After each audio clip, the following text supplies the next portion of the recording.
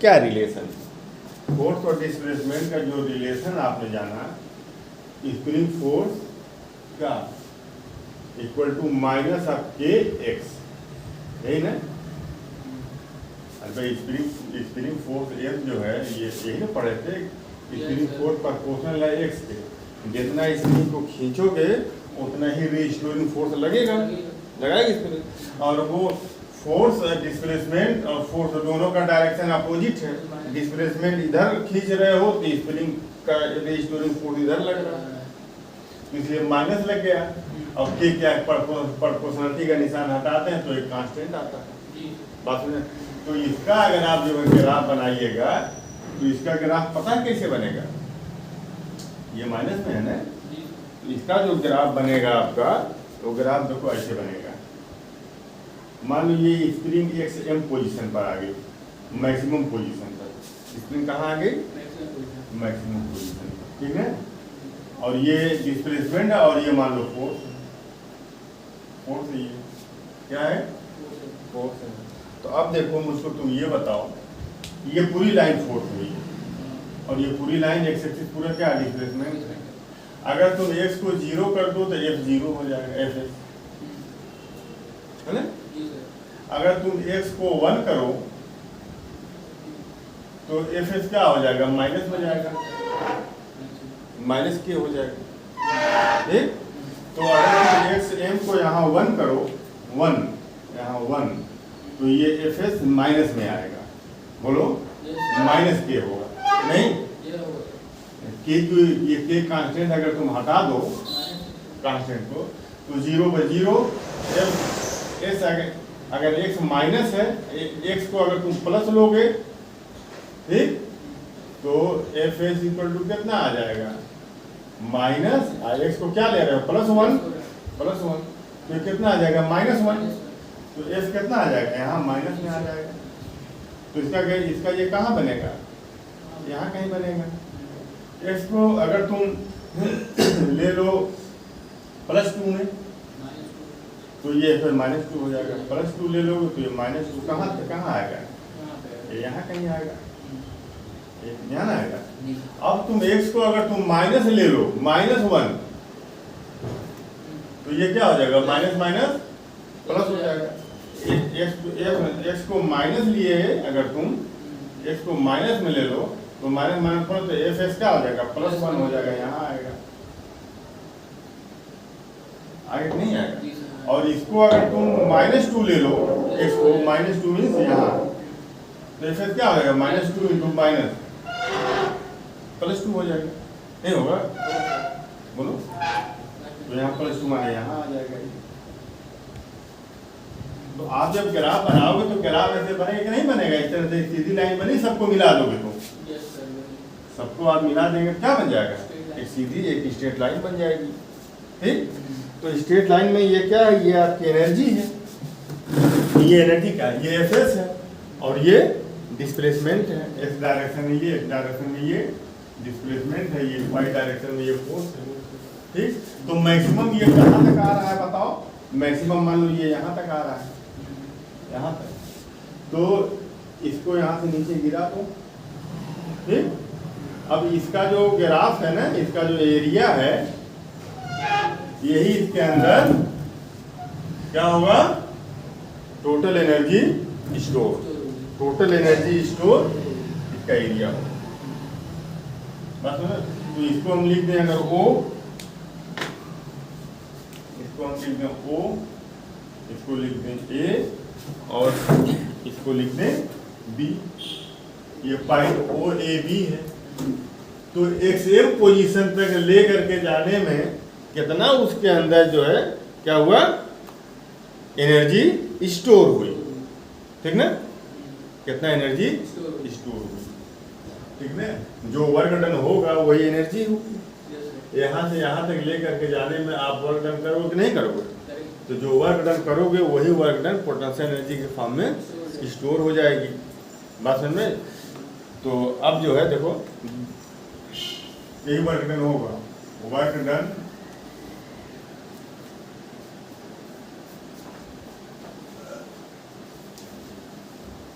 इन stretching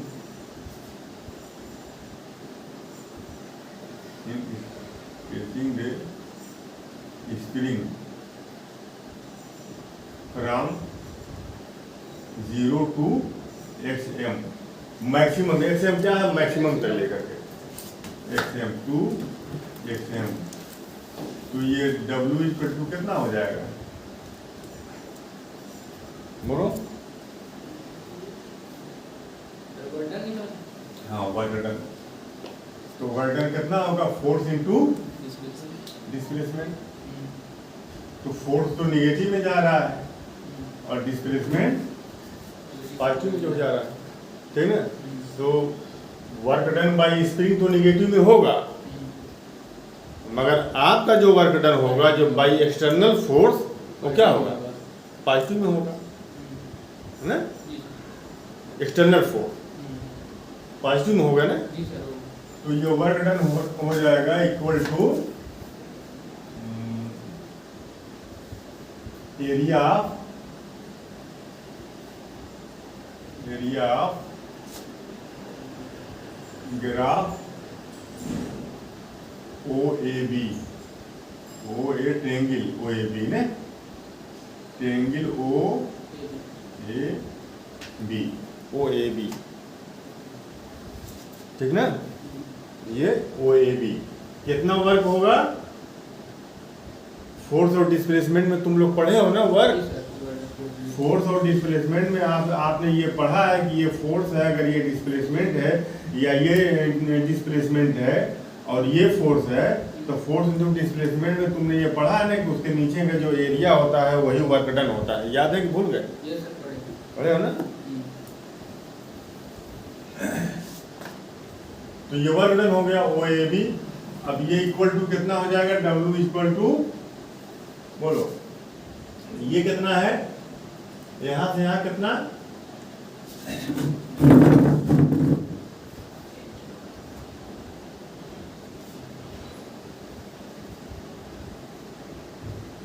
work done कितना होगा इसका बताओ,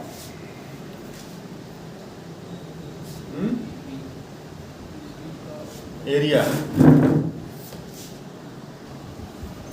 बताइए,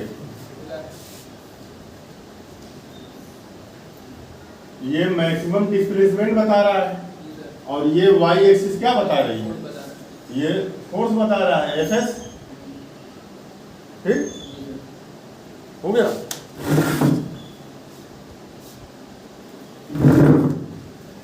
कर लो कि इस ट्रायंगल का एरिया कितना होगा, इसका area half into base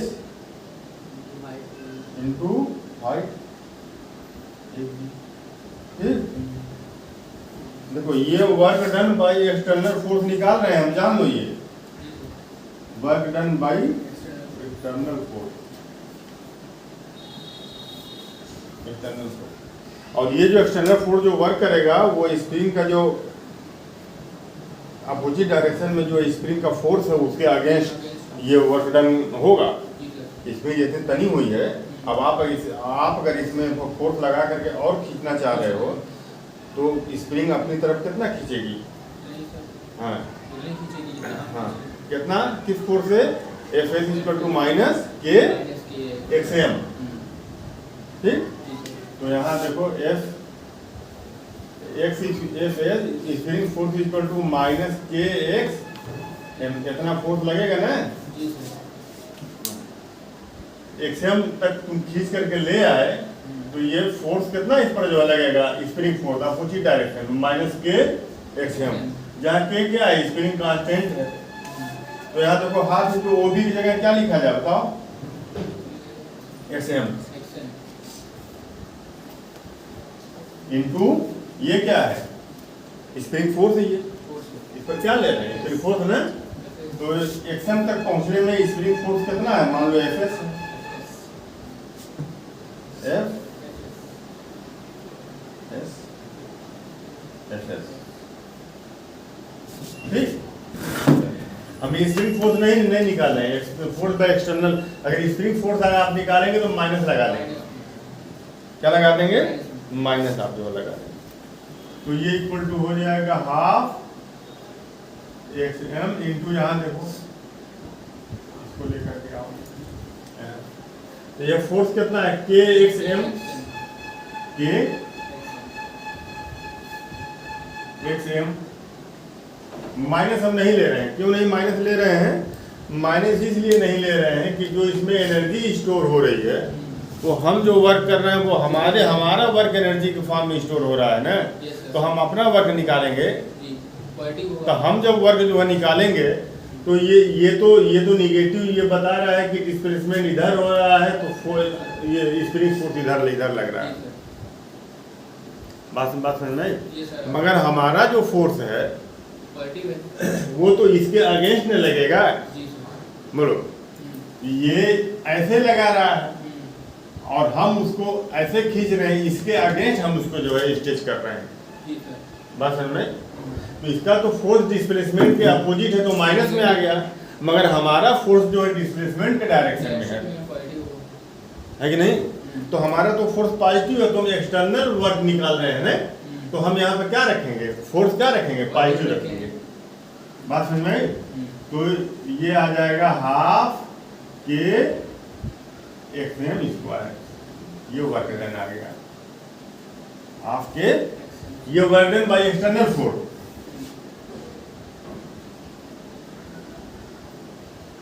work done by external force. तो this work done is stored as potential energy in spring, है ना? लिखते हैं यहाँ, this work done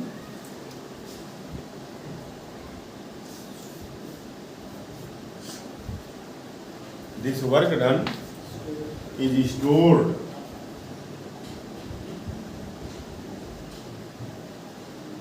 in the form of potential energy in spring, and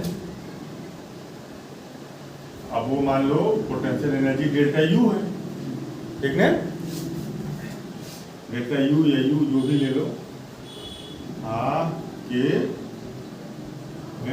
अब इसको देखो कहाँ से स्ट्रेच किया गया है? जीरो से। किस पोजीशन से स्ट्रेच किया गया है? जीरो से। तो ये डेल्टा हटा देंगे यहाँ पर। डेल्टा का तो मतलब ये है कि यहाँ से यहाँ तक जाने में कितना एनर्जी स्टोर हुई ना, अब ये जीरो पोजीशन से जा रहा है तो डेल्टा हटा देंगे, तो इतनी एनर्जी स्टोर होगी, एनर्जी स्टोर हो जाएगी।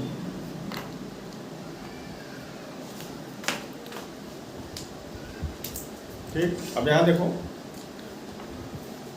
अगर वो मैक्सिमम पर नहीं पहुंचा है,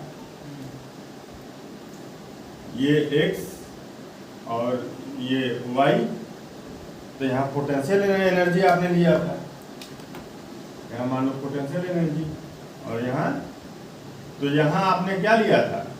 यहाँ आपने लिया था मैक्सिमम डिस्प्लेसमेंट आपने लिया था xm, ठीक? तो कितनी एनर्जी स्टोर हुई थी? के एक्सएम में गड़बड़ हो गया क्या? के एक्स मैक्सिमम का स्क्वायर, तुम वही नहीं लिख दो, के इंटू एक्सएम ना, ये बोलो, ये बात समझ में आई? तो अब अगर मान लो ये मैक्सिमम पर नहीं है, यहाँ से एक्स डिस्प्लेसमेंट पर है, किस डिस्प्लेसमेंट पर है? एक डिस्प्लेसमेंट पर है मैक्सिमम डिस्प्लेसमेंट। अगर ये x पर है तो एक्सएम की जगह x लिख देंगे। यहाँ पोटेंशियल एनर्जी कितनी? हाफ के एक्स स्क्वायर, हाफ के एक्स डिस्प्लेसमेंट है, हाफ के एक्स स्क्वायर, यहाँ x मैक्सिमम तक दिया, ठीक? उतार लो तो चले आगे, इतनी बात समझ में आ गई।